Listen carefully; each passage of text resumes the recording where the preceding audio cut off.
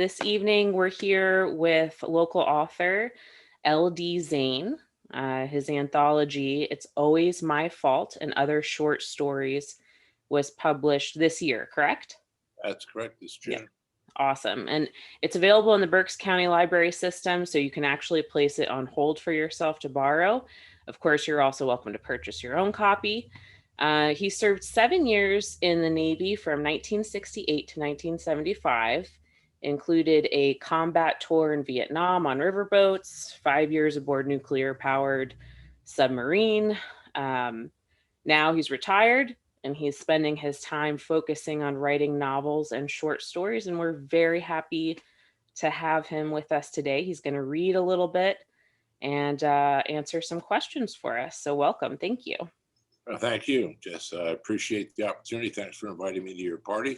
If I want to certainly thank you and I guess the Spring Township Library for hosting this, making this possible. Certainly want to thank my very patient and tolerant wife, Gloria, who's allowing me to stay up past my bedtime. As you mentioned, I do have my first anthology published, but my short stories have been published in over 24 literary journals. You can find the published stories on my website, which is ldzaneauthor.com. Just very simple, no dots, no period, just ldzaneauthor.com. There's a tab there that has all of my short stories that are published. Now, the reason that I don't have the unpublished short stories on there is very simple, is that the publishing industry has some very funky rules. And one of them is that even if a story is on a website, they consider it published, and then they won't publish it.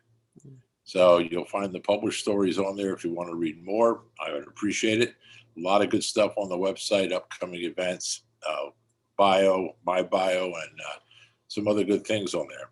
I'm also a member of the Bold Writers, which is a writing group that started about 6 or 7 years ago. We used to meet at the Bold Cafe in West Reading, which is where we got our name. Now, because of COVID, we haven't been meeting at all, but we do keep in touch.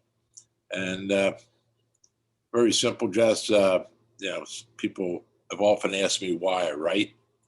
And the answer is very simple, is that I believe all stories, like people, have a destiny. And they both end the way they're supposed to. So I have no predetermined endings on any of my stories. I just want to read 2 stories tonight, 2 short stories that I think you've had a hand in selecting, which I appreciate. They're 2 of them, some of my favorites. One of them is in the anthology. The other one, the second one, is not.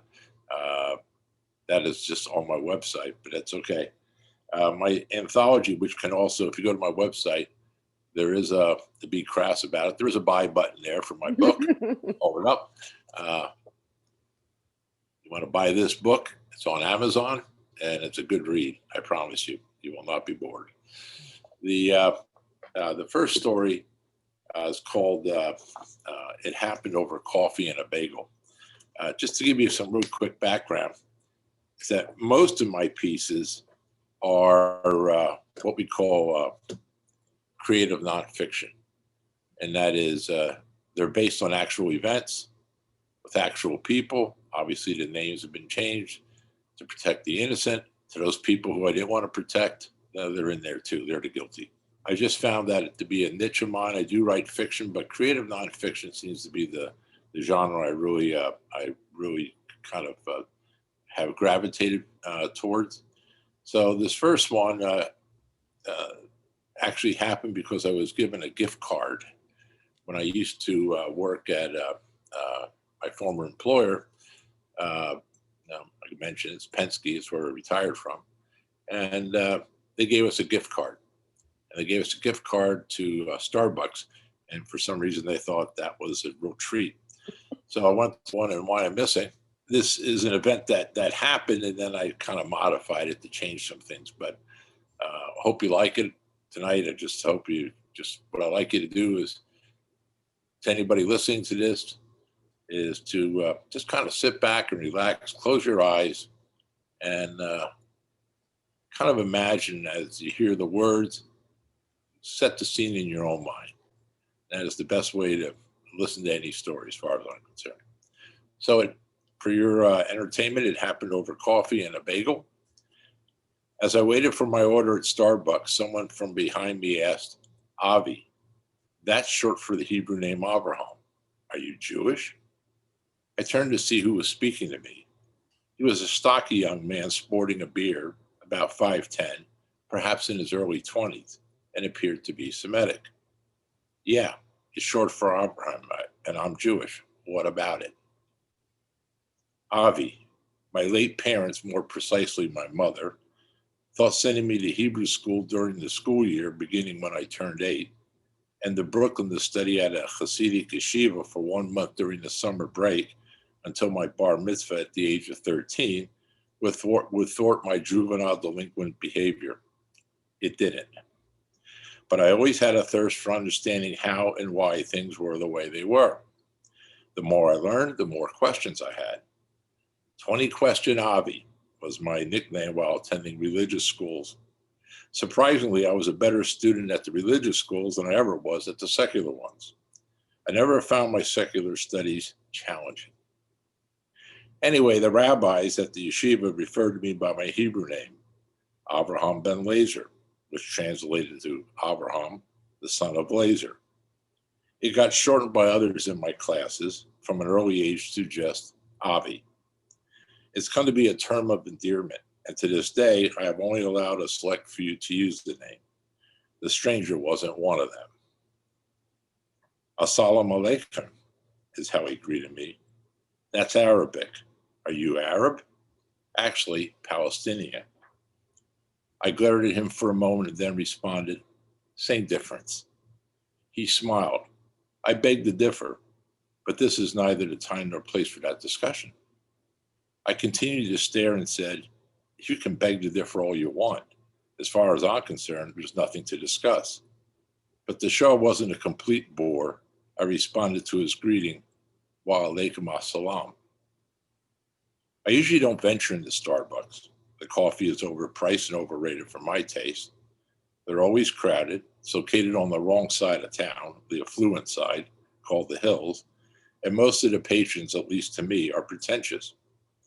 Everyone is on their laptop or tablet. I have no idea what they're doing, nor do I care. The only reason I came this time was because I had one of their $30 gift cards, which I won in a contest at work, and I had some time to kill on my day off 2 days before New Year's Eve.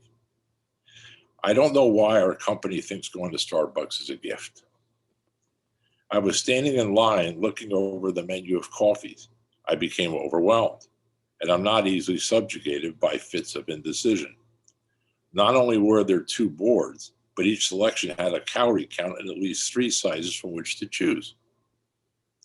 There were 2 women in front of me agonizing over what to order. They finally settled on the type of coffee they wanted, but then anguished about the size in order to stay within the prescribed daily caloric intake. Finally, one of them said, oh, the hell with it. Who am I fooling? I stopped counting calories on Thanksgiving. I'm even going to get it with whipped cream. The other agreed, and they gleefully placed their order. What happened to coffee for here? I was up next and made it simple for the cashier. Medium house blend and a toasted bagel with cream cheese. That's it? Just plain coffee, she said with condescension. Yeah, just plain old coffee. Regular or decaf? Regular. I like caffeine. The inquisition continued. What kind of bagel? What kind do you have? She pointed to the menu and said, everything, raisin, or plain. Just plain bagel, I responded. Whole wheat, multi-grain, or gluten-free. I thought, Christ, does someone in their corporate office sit around all day thinking of ways to make this so damn difficult? None of the above, I said curtly. Do you have any made with real flour? No, just whole wheat, multi-grain, or gluten-free. Fine, I'll take the whole wheat. How do you want it toasted? I rolled my eyes and said, almost burnt. Regular cream cheese or low flat? You're kidding, I said incredulously. She just stared at me. I looked at her name tag and asked, Is your nickname 20 Questions, Sarah? She didn't respond. Instead, she asked again as if she were an automaton. Regular cream cheese or low fat? Regular. I'm not counting anything except the time it's taken me to order a cup of coffee and a toasted bagel. And your name for the order, please, she said without looking at me. Avi. I gave that name out of spite. Amazingly, she didn't have 20 questions about it. I'm sure she never attended yeshiva, I thought. Do you also need my social security number? No response from the other than, that'll be $7.90. She swiped the gift card and handed it back to me. You have $22.10 left on the card. You can wait over there for your order. We'll call you when it's ready. I was afraid to ask, but deemed it necessary. Can I get the coffee with cream? You'll find the condiments on the other side of the counter from where you pick up your order. There's whole milk, skim milk, organic milk, and half and half. Of course, I said with a sarcastic smile, wouldn't have expected anything less. As I was waiting with the others, including the two women who each ordered a large something, white something or other with whipped cream, I heard the voice from behind me ask the question. The Palestinian had an ever so slight British accent and a broad, hefty smile showing off his perfectly white, straight teeth. From his speech and smile, he didn't appear to be someone who grew up in the ghetto in Gaza. I'm surprised you know Arabic, he said. You spoke it flawlessly. I thought you would have responded with the Hebrew greeting, Shalom. The same thought crossed my mind. You knew I was Jewish, but chose to greet me in Arabic. That said, I always respond in kind, I said snarkily. Ah, yes, a hint of hostility, he said, smiling. He paused. My greeting was more natural as my native tongue. No offense meant. Nonetheless, I appreciate your greeting and the effort behind it. Just then, a young man behind the counter shouted, Avi, coffee and bagel. I realized then that I should have ordered more as I worked up an appetite just placing it. I grabbed my nourishment before I went searching for a quiet table where there were no electronic devices in use and doused my coffee with half and half. I turned to the Palestinian. With the same intensity in my voice as in my glare, I said, don't confuse hostility with suspicion. He dropped the smile. I found that table and assumed I would be able to savor my feast in peace. I was wrong. The Palestinian stood next to me and asked, may I join you? He was also reading light. He had a tea and a Danish of some kind. I wonder if they had given him the third degree as well. I didn't want company, but I also didn't want to appear rude, although that rarely stopped me before. But the kid had a pleasant demeanor, if not intrusive, and was dressed in a preppy manner. It wasn't as if he just stepped off the boat. I said with no welcoming smile or tone, please have a seat across from me where I can see your hands. That's quite insulting. Then find another seat. I wasn't looking for company. I sipped my regular coffee and started to spread my regular cream cheese on my barely toasted bagel. Holding it over my lighter would have toasted it darker. To my astonishment and disappointment, the Palestinian appeared directly across from me. He put his food down, sat, and then laid both of his hands on the table, palms up. It seemed to me he had done this before. There, satisfied, he appeared greatly annoyed, but I wasn't sure if his irritation was directed at me, my request, or his compliance. Are you checking for weapons or just want to see if I wash before eating? Good comeback, I thought, and chuckled to myself. Both, I said, slightly looking up. I like to know I'll be able to finish my meal, old habit from Vietnam. And I have a fetish for cleanliness. He didn't appear to have any weapons, and his hands were clean. As I said, don't confuse hostility with suspicion. But why would you be suspicious? I don't believe I've given you any reason. This time I did look up at him. I gave a one-word answer. History. We both sat in refreshing silence for a few moments. I was fixated on my bland bagel. Then he started up again. Is Avi your given name? He said in a more congenial tone. I sighed and said, slightly exasperated, no, It's Alan. Avi is just a carryover from my youth. Mine is Abdul Basir Al-Hamdani, and enthusiastically stuck out his hand. Pleasure to meet you. Once again, I was faced with the decision. Why can't I just order and eat without being interrogated? I can't remember the last time I had to make so many useless decisions. I put my plastic knife and shook his hand, but didn't look directly at him. I couldn't bring myself to say, pleasure to meet you as well. Instead, I offered up, Abdul Basir, servant of the All-Seeing, correct? The young man dropped his Danish. I'm indeed impressed, Avi. Then he caught himself. My apologies for using that name. That was quite presumptuous of me. No harm done, Abdul Basir. I opened that door.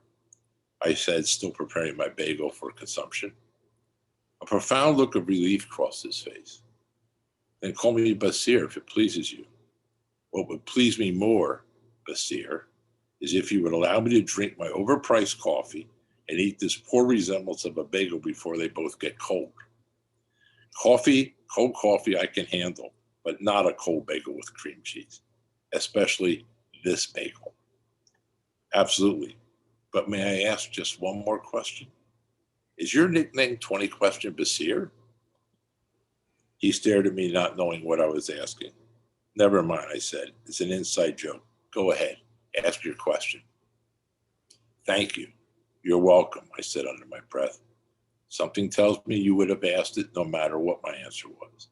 He didn't hear me. If he did, he ignored my comment. He fiddled with his teeth for a moment and then asked, how did you know the meaning of my name? I mean, I've been studying at Columbia University for almost 4 years now, and not one person, not one outside of the other Arabic students who already knew, ever asked me the meaning of my name. I'm a virtual cornucopia of useless knowledge, Basir. And I've also been to Israel many times to visit friends. There are things you just learn through osmosis. Very interesting, Avi. Are you afraid when you visit Israel? I looked squarely at him and snapped back. No. Should I be? No, but there are risks. From whom? You and your friends? He shot back defiantly. I've never done any act of civil disobedience or terror. Never? Really? You've never tossed a rock, a bomb, or a Molotov cocktail in an Israeli patrol or tank? Never launched a rocket into an unsuspecting civilian neighborhood? His coal black eyes burst into flames, and he pounded his right fist on the table. I said, never, Avi, and I meant it, never. A couple seated near us looked over, greatly miffed that we'd interrupted their bomb with their devices. I paid them no mind. I made no apologies. Well, that struck a nerve, I thought. Let's see where this goes. He composed himself and continued. My parents would not have tolerated that type of behavior. Some of my former friends have and still do, but not me. So, you do have friends who engage in acts of terror. I said former friends, and they are acts of civil disobedience, not terror. Yeah, one man's act of civil disobedience is another man's act of terror. So where are these former friends of yours? The level of his voice dropped, as did his head. They want nothing to do with me. They are ashamed of me. He reflected for a moment, then raised his head and spoke directly at me. Why do you keep associating me with those who engage in acts of terror? I'm not now, nor have I ever been a terrorist. I've never injured another human. Like I said, history. You may not believe this, but not all Palestinians embrace the same history. I wanted to say, you're right. I don't believe you, but I kept my mouth shut, surprisingly. Instead, I pivoted. Well, there are risks here, Basir. Besides, I stay with friends when I'm in Israel. Most served in the IDF. Some served with Mossad. Are you afraid here? It's true. There have been times when I've been concerned for my safety. His demeanor again became more solemn. But I am more concerned for my safety when I go back home, which I haven't done in a while. which much to the dismay of my parents and siblings. And why is that? That you're concerned for your safety back home. Basir again bowed his head and spoke in a subdued tone, because I have not taken up the same cause of my childhood friends have. They believe I am not among the faithful, that I have betrayed them. Have you betrayed them? And took another sip of my coffee and bite out of my bagel. I don't believe so. I believe in the same outcome, just not in the manner in which to achieve it. Violence only begets violence. There's a time for everything, Basir. Violence is one of them. Perhaps, but not toward the innocent. My tone softened. On that, we both agree. I pressed on. And you believe these former friends of yours may try to harm you? I do not know. That's what concerns me. Let's see how far I can push this, I thought. And what cause exactly are we speaking of? Although I knew what cause it was. I sensed he didn't want to venture any further into this conversation. I really didn't want to either, and quickly pulled back. I spoke with a calm but yet commanding voice. Don't answer that.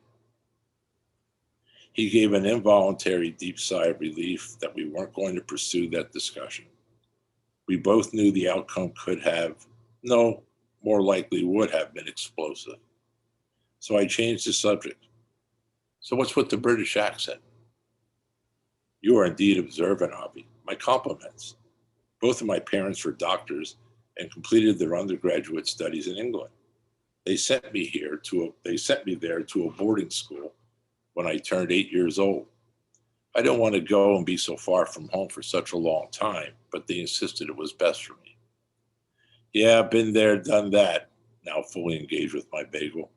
Your parents sent you to a boarding school as well? I wanted to explain my religious exile and imprisonment and to add, does reform school count? But he didn't, but decided he wouldn't understand, and I was in no mood to explain. No, not exactly, but I had the same feelings through my schooling, and so did my parents. I quickly asked another question. So how did you wind up at Columbia? My father made that decision for me. He and my mother studied medicine there. That's where they met. Where would you have preferred to study? I would have been content at Tel Aviv University. It would have been closer to home, and it would have been a first-rate education.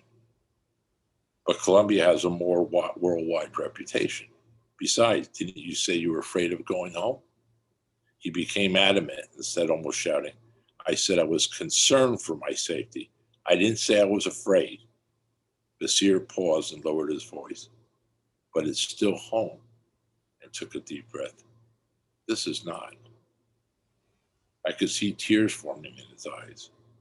I knew that feeling, what it felt like to be away from home. In addition to being shipped off to Brooklyn every summer in my stints in reform school, I served 7 years in the Navy. Part of that was a combat tour on river boats in Vietnam, where I was wounded and then recuperated for 4 months at a military hospital in Hawaii. And the other part was serving aboard a fast attack submarine based at Pearl. I had no desire to go home, but I missed it all the same. Hey, Basir, I know you won't believe this, but I do understand what you're feeling. I really do. I continue with the questions. It's just my nature. So are you going to become a doctor?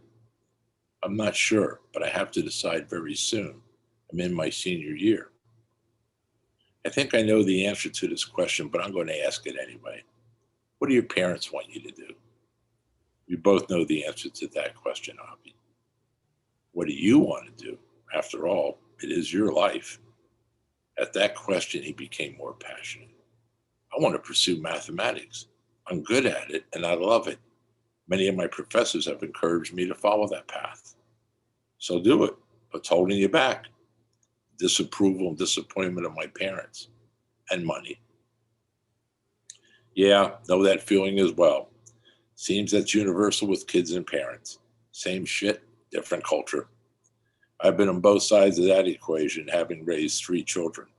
Disappointment and disapproval go both ways, even between spouses. Basir leaned forward.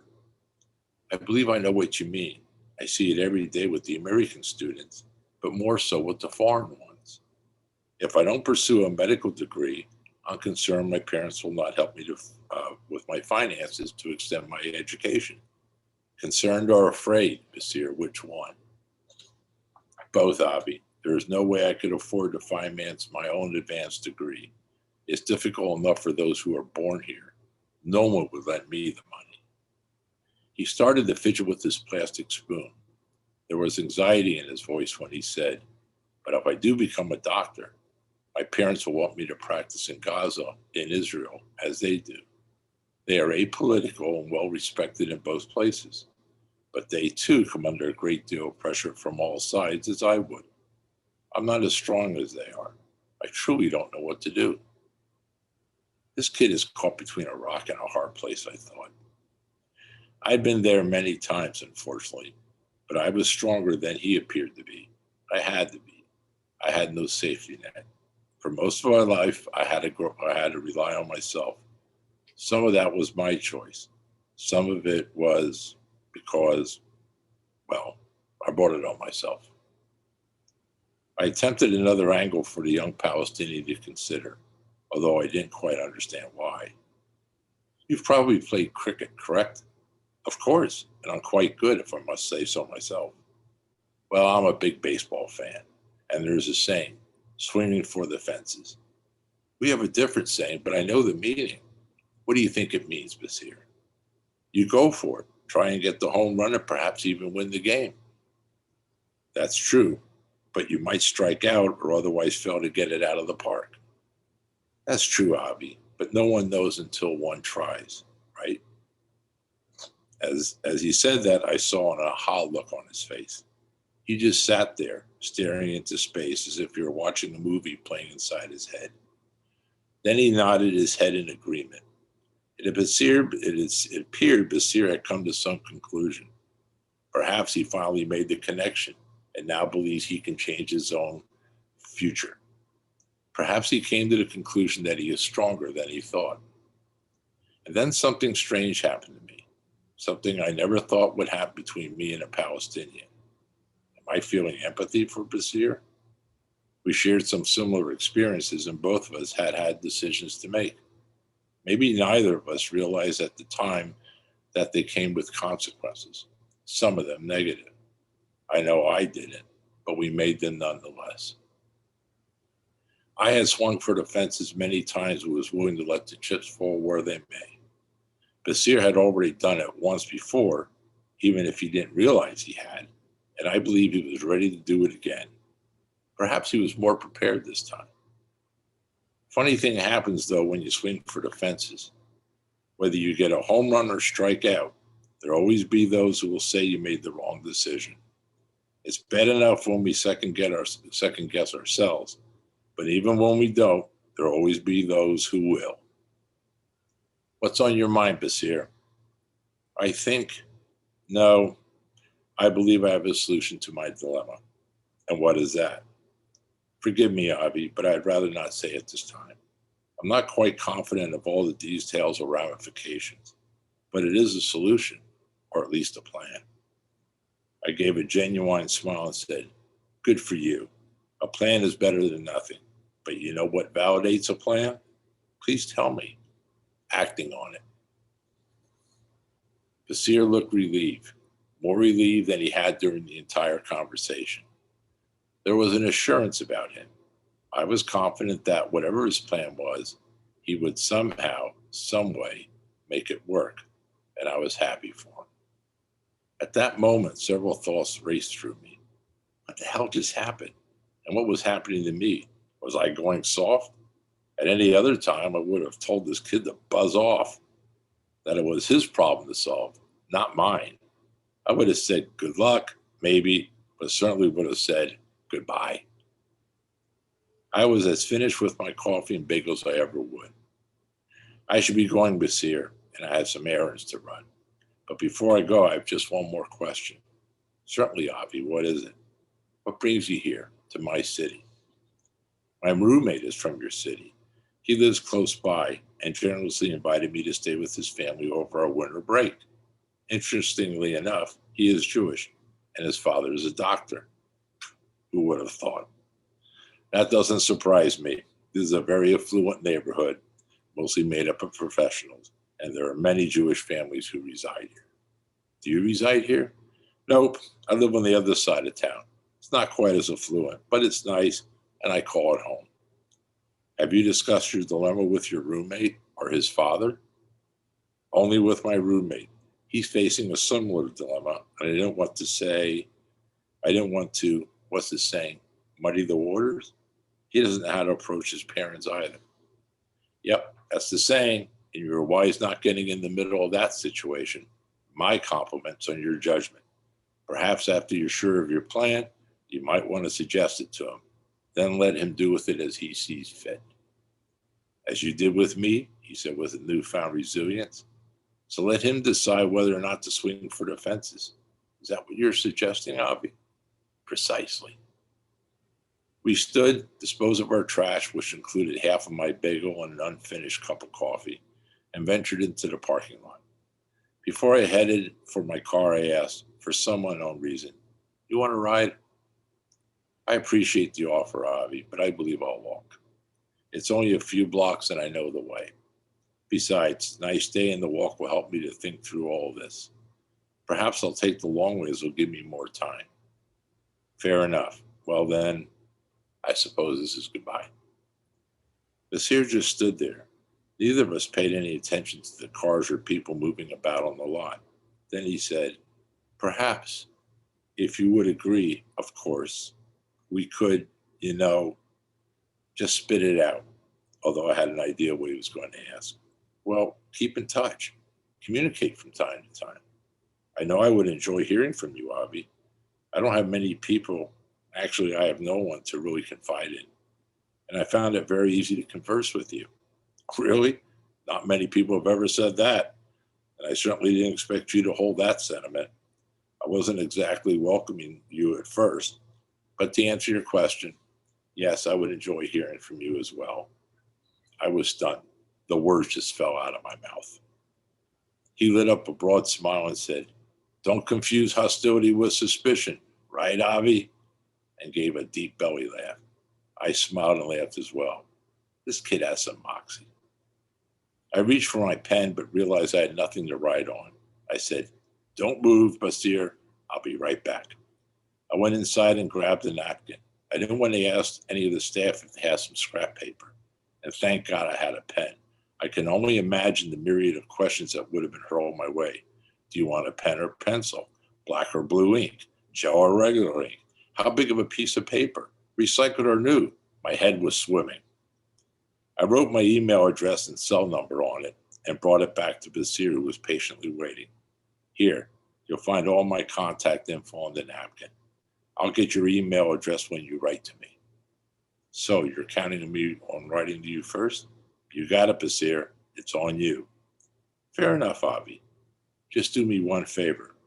And what might that be?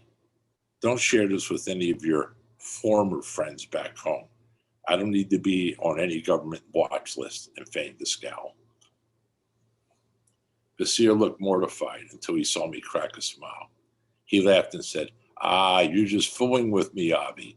And then the same concern looked across his face. Aren't you? Yes, I'm just playing, Basir. He gave a sigh of relief and said, I don't know you well enough to know when you're kidding. Remember that. Keep your own counsel. Only share your deepest thoughts and feelings with whom you believe you can absolutely trust. Unfortunately, you'll find that there will be few in them. I've learned the hard way that you just never know who will attempt to use it against you someday. Understand, I have so much to learn.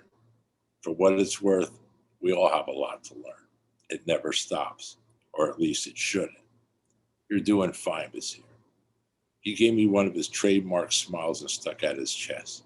He apparently didn't receive too many compliments. Basir studied the napkin for a few moments, then looked at me and said in his most sincere tone, you're a wise and generous man, Avi. I believe I can trust you. I didn't know how to respond, which is usually not the case.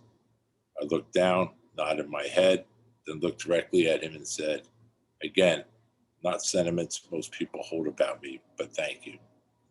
You're a thoughtful young man, and I believe I can trust you as well. Again, he smiled, and a melancholy look came over him. Well, then, I should be on my way, Avi, as you must. Perhaps we can meet here again. Not here. I don't like this place. He became animated. I know what you mean, Avi. The tea here is putrid and overpriced. The Danish selection is limited and not always fresh. They're always crowded, and everyone is on their laptop or tablet. They've lost the art of spirited conversation, which is another reason I enjoyed my time with you. You are not afraid to speak your mind in a civil manner. I had to laugh at his assessment of Starbucks and that he believed I spoke my mind in a civil manner. Yet another attribute most would not assign to me. But he was spot on about the attachment people have to their machines. Whatever happened to two people just sharing coffee and a conversation? He continued, perhaps we can meet at one of the local diners. I have been to a few in New York and New Jersey, and I know of one not too far from here. My roommate has taken me there on several occasions. They are much more welcoming, far less intrusive, and inexpensive. After all, I am still a student on a limited stipend. I have also become quite fond of the American breakfast, minus the bacon, of course. Of course. That would work for me, Basir. You and I share the same taste in food and venue. I know several places and the one you speak of. Drop me a line or call. I'm sure we can work out a time. How long are you going to be in town? For about another week, he then said with childish enthusiasm. I promise I'll write or call or both. And one more thing, Avi. What's that? Please call me, perhaps in about a year or so, should you have the opportunity to visit Israel. Why is that? Because that is part of my plan to go back home. Outstanding. I sincerely hope you make it work. Also make it a part of your plan to talk with your parents. You might find them to be more supportive than you think. And I promise to see you if and when I return to Israel. I paused. Then it settled. Breakfast and possibly a visit with you in Israel. I look forward to both, Basir. I know you must be on your way, Avi. He stuck out his hand. This time I didn't hesitate to shake it. It was a pleasure meeting you, Abdul Basir. So you see, Abraham, two people can change history, yes? Yeah, that's usually the way it happens, one person at a time. Basir remembered how he greeted me at first and switched it up. Shalom, my friend. I responded in kind. I always do. Shalom, peace be with you, my friend. We separated, but something told me our lives would forever be connected. What the hell just happened? Very nice. Thank you for sharing that. That's great. I love there's when I read the line about I don't know why our company thinks going to Starbucks as a gift, I just genuinely giggled. Yeah, There are quite a few lines like that that I thought, oh, that's so relatable. And I don't know. For some reason, everybody thinks that everybody's just waiting with bated breath to go there. yes, absolutely. That seems to be the case. I Did, mean, who am I kidding? I go there sometimes, but you know. yeah. But did you have any questions about the story or? I think so. This is based on something that actually happened. Mhm. That's the inspiration. Right. And I thought what I really found interesting about it was that it was almost like it's almost like reading a micro study of, you have this huge conflict that's happening on the other side of the world. And I think for many Americans, we probably feel pretty disconnected from that. But the effects of that are very far reaching. And this really brought it home to these two particular people and how that affects them. And also how there can still be optimism in that. And like, towards the end of the story, you said that's how change happens. It happens with, these two people. So when you Was this kind of that moment? Was that like a journey for you where you maybe didn't have, because Avi sounds to me like it was reluctant optimism. It wasn't, uh, whereas for Basir, it was more eager. He had he hungered for that. Yeah, that's a good observation. Abdul Basir he was caught in it on a daily basis when he was growing up. So for him, this was very personal. For Avi, it was personal because of friendships that he had and because of his ties with Israel, uh, both religiously and culturally. He had his ties there. But you're right, to Basir, this was very personal. He still had former friends there, he still had family there, and he had to deal with it. Avi didn't have to. But you're right, Avi was willing but cautiously optimistic because he's looking at it as what he always said. This is not, don't confuse suspicion with history, because Avi's looking at this from a historical viewpoint. So he has his reservations and probably always will, but he's willing to give this kid a chance because he's looking at this kid's problems as almost parallel to his growing up. He has the same challenges. He has to make the same decisions. And where Basir is willing to, as you said, more eagerly do it, Avi's willing to go that distance. And I think because he took it that this kid, he believed them that, okay, this kid has nothing to do with what's happened. Right. He's actually trying to get out of it. So don't hold him, as the saying goes, don't hold the son accountable for the sins of the father. Right. And that's where Avi has to make that distinction. I can't hold this kid responsible for what other people are doing. So you're right. It's a good observation. Avi is kind of cautiously optimistic, but more so he's willing to give this kid a chance only because he sees this kid in the same predicament that he saw himself growing up.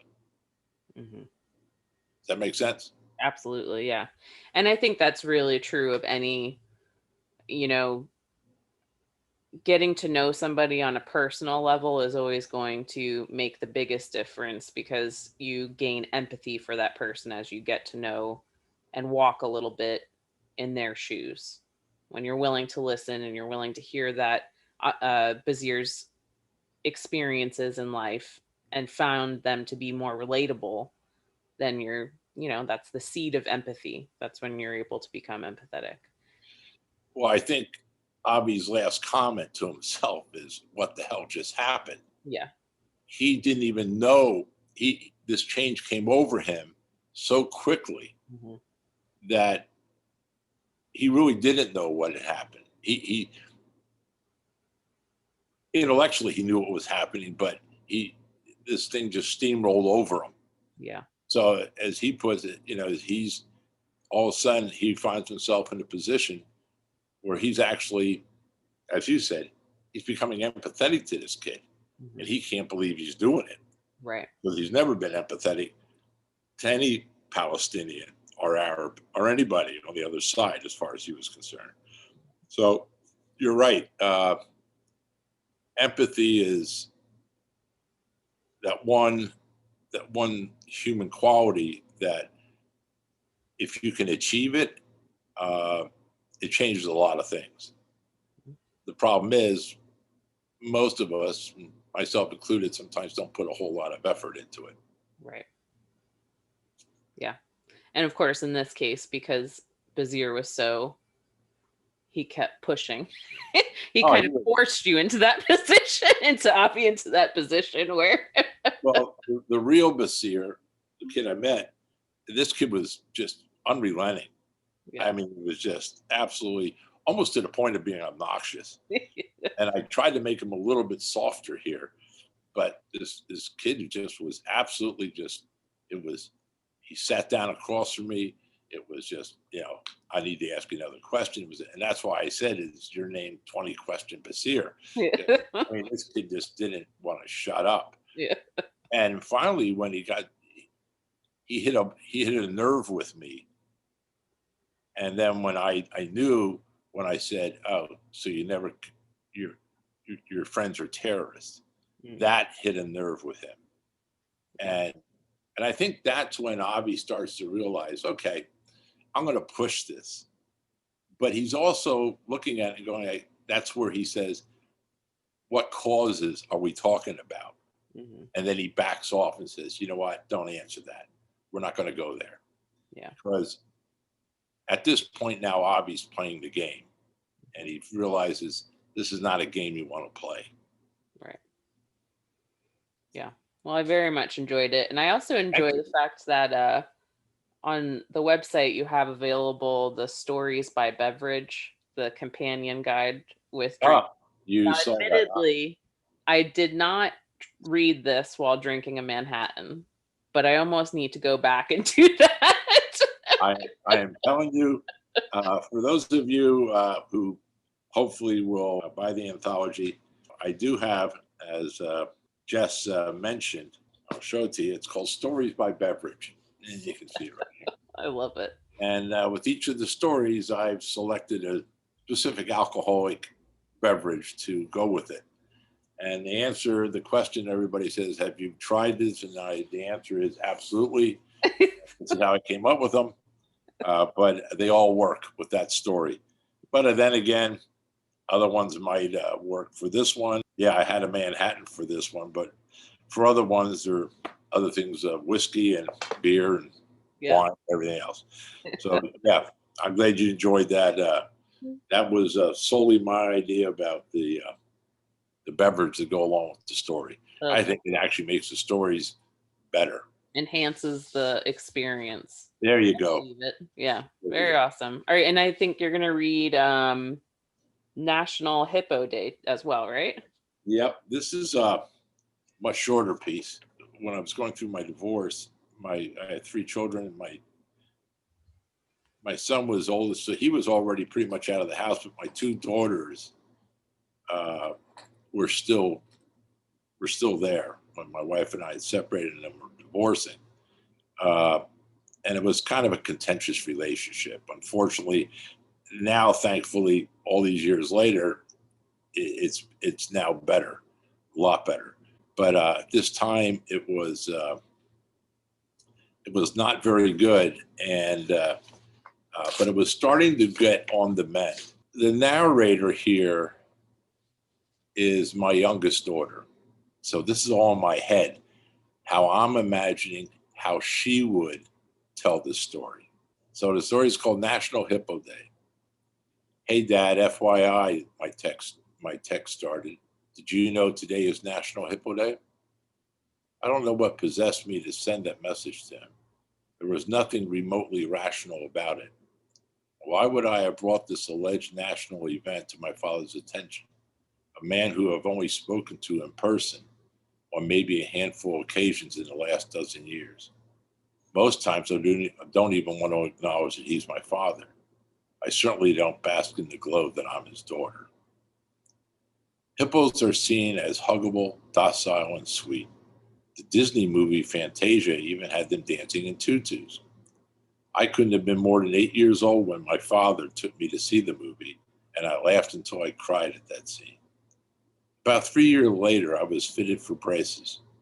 They didn't warn me that a few teeth would have to be pulled. The dentist put me out for the extraction. I was still groggy when my father took me home. He carried me to my room, laid me on my bed, placed my favorite new stuffed animal, a long-eared rabbit I named Flops, in my arms and covered me. As I was about to drift off, my father came back into my room. He was still in his dress shirt, tie, and suit pants, but had a towel wrapped around his waist in the shape of a tutu. Then he danced around like one of those hippo ballerinas as he serenaded me with the music from the movie. Once again, I laughed hysterically. He curtsied when he finished his performance, kissed me on the forehead, and said, "Get some rest, sweetheart. I'll be downstairs if you need me." I don't remember much after that, except I believe I had a smile on my face as I fell asleep.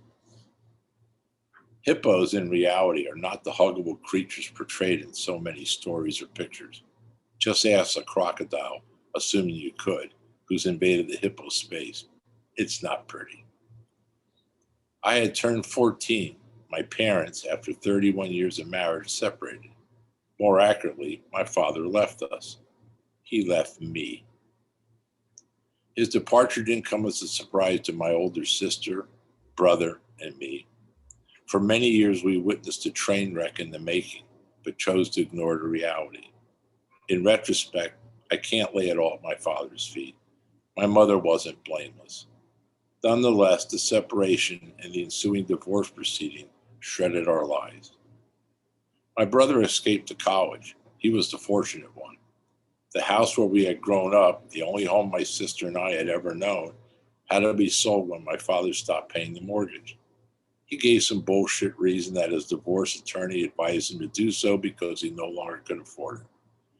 Left with no alternative, the three of us moved in with my maternal grandmother, who lived in a suburb of the city. My mother had to lie where we were living so my sister and I could stay in our former school district. We weren't the first children of divorced parents, and I know it could have been worse. My sister and I still had a roof over our heads, food on the table, and saw our friends daily at school, but it was never the same. We might as well have lived on the dark side of the moon. My father's new residence was only a few miles from us, but I had no desire to see him. As far as I was concerned, he had committed an act of treason against us, and I wasn't about to play the part of a crocodile. Nor would I forgive him for not supporting us, although I learned the truth years later, and not from my mother, that my father was giving financial support to us all along. Forgiveness has never come easy for me.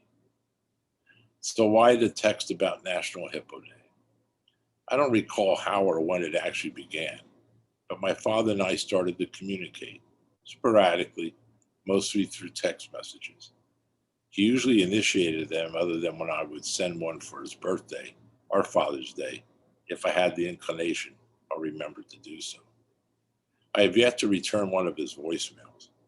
He sends me cards and gifts on my birthday and other holidays, but I have never sent him one for any reason.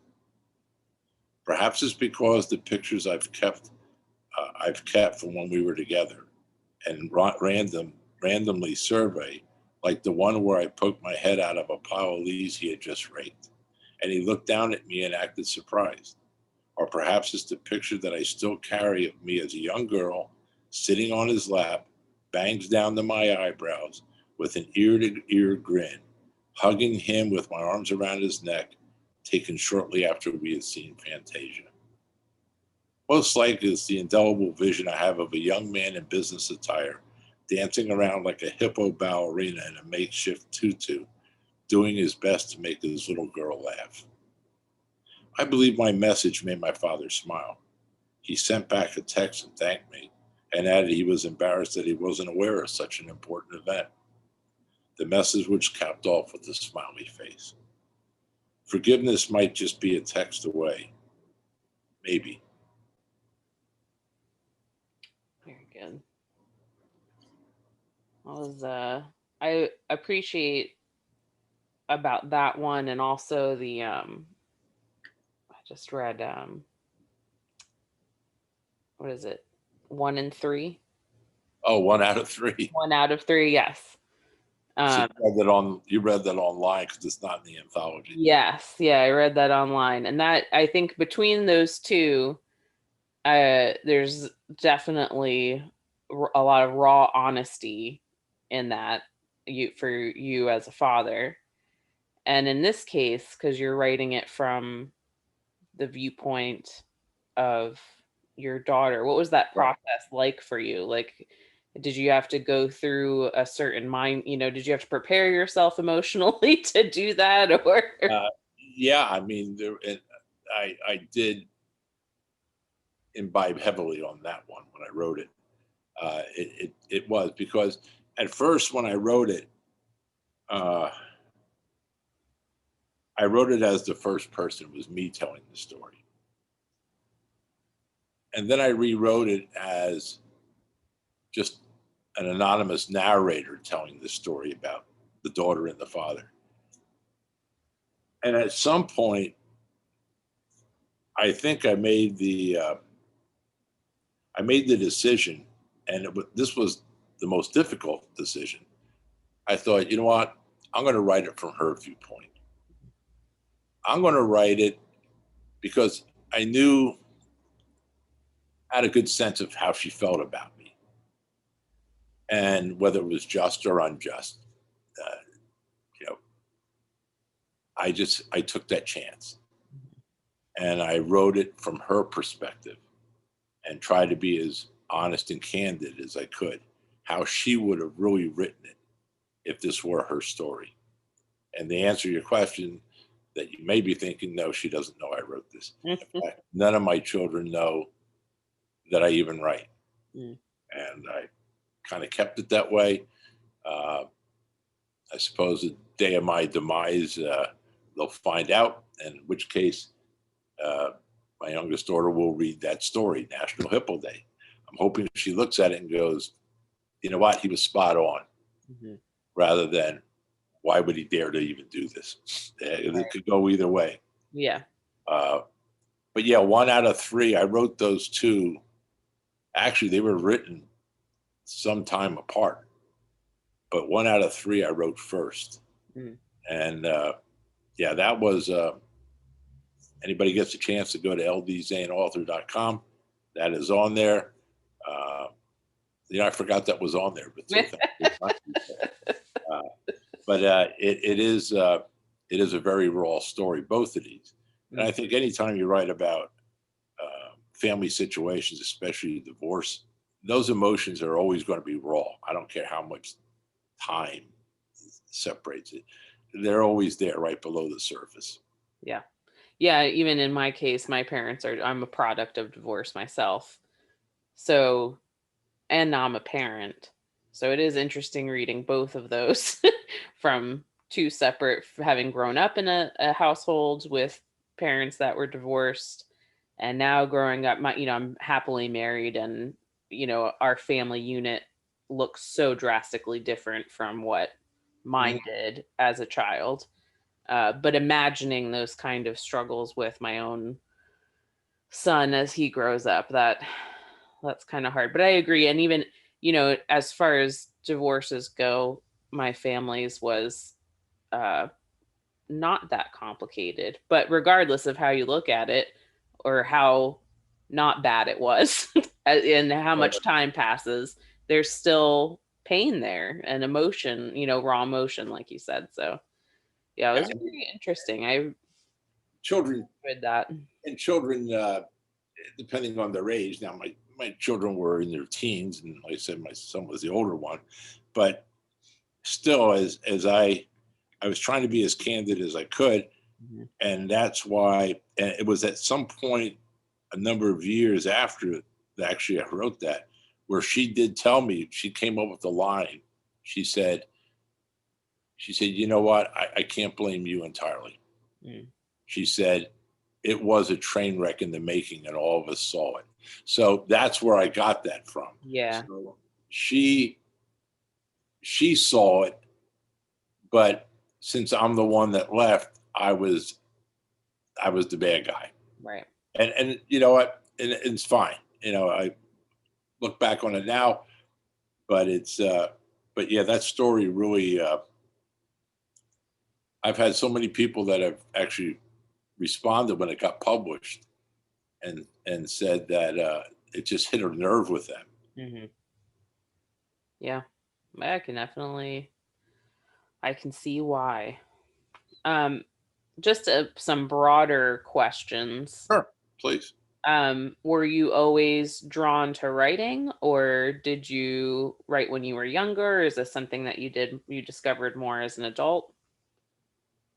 Yeah, the shorter answer is I didn't really start writing until my early 60s. I'm older than that now, as you can see. But there was a period of time from the separation, divorce, until I got remarried. It was probably the better part of almost 15 years. And in that period, as you say, you go through a lot of adjustments, Jess.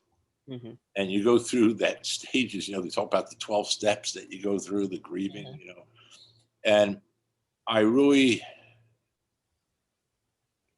had gone through a period where, it was anger, confusion, just I felt lost.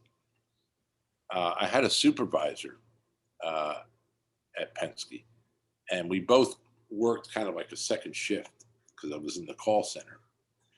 And he was divorced as well. So after our shift was over, maybe at 9 o'clock at night, it was like, well, what do we do? Well, we go to the diner. And we used to always go to Australian Diner, since neither of us had anything else better to do with our lives.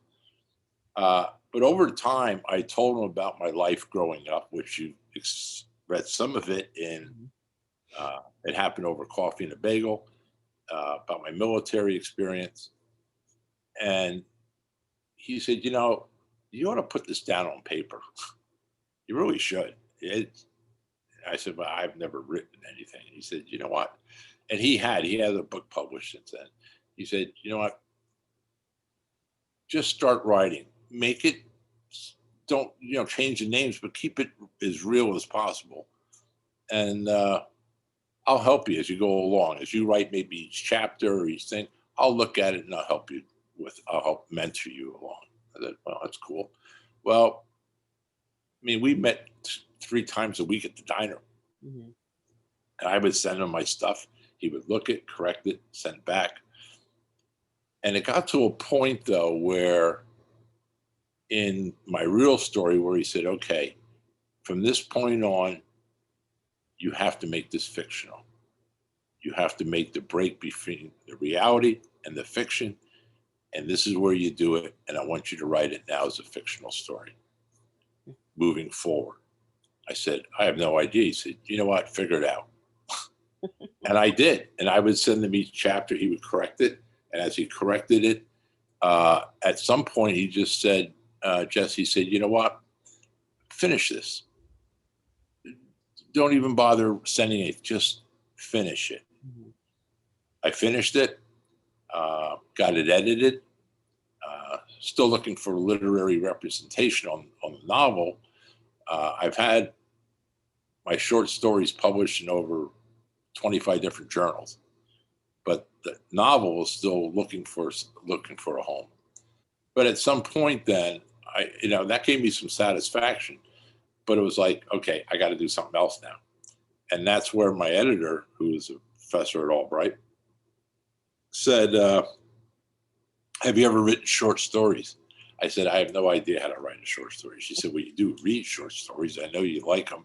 You like certain authors. You told me." I said, "Well, yeah, it doesn't mean I know how to write them." So she said, she went, she's following me. She went to her office, pulled out a book of probably about 100 short stories that she says, "I use this to teach my English class. I want you to read these stories, read as many as you want, and then start writing." I said, "Well, how do I?" She said, "Figure it out." It's like everybody's telling me, figure it out. And I was like, okay. So I started writing. I did a couple short stories. She corrected them. She edited them. She structured them. And finally, the one story that's in the anthology, The Box, was only got published. Mm.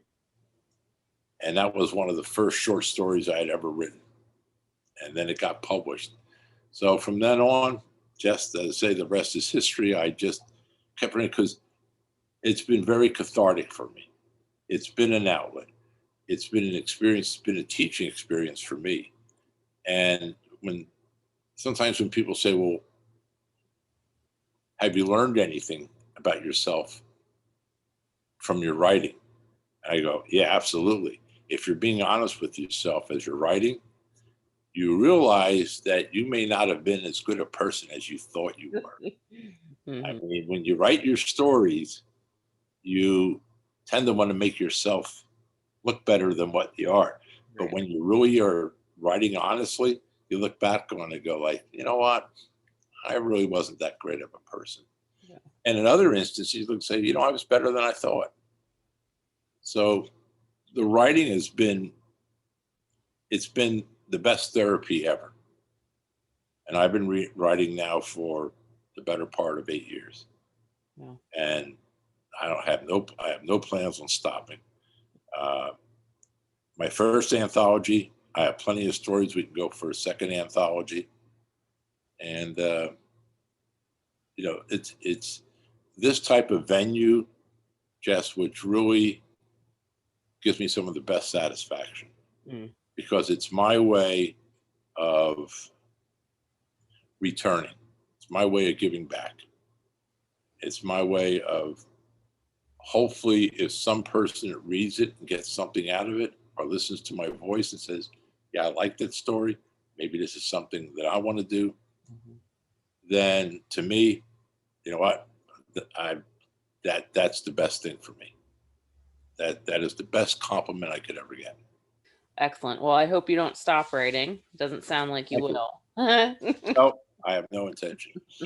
But I want to thank you again, Jess, and for helping to put this together. This has been delightful. Uh, I truly hope that the people that are going to listen to this will find it entertaining as well as informative.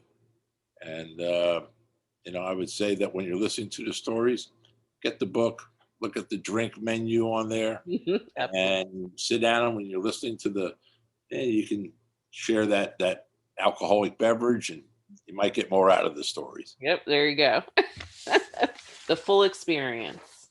Well, thank you so much. We really appreciate it here at Spring Township and the West Lawn Wyomissing Hills Library. And hopefully we'll have you again for the next anthology then. I would love that. Thank you very much, Jess. Be safe, stay well, and thank you again for the opportunity. And thank you for those that are viewing this. All right, awesome. Thank you. You're welcome. Have a good night.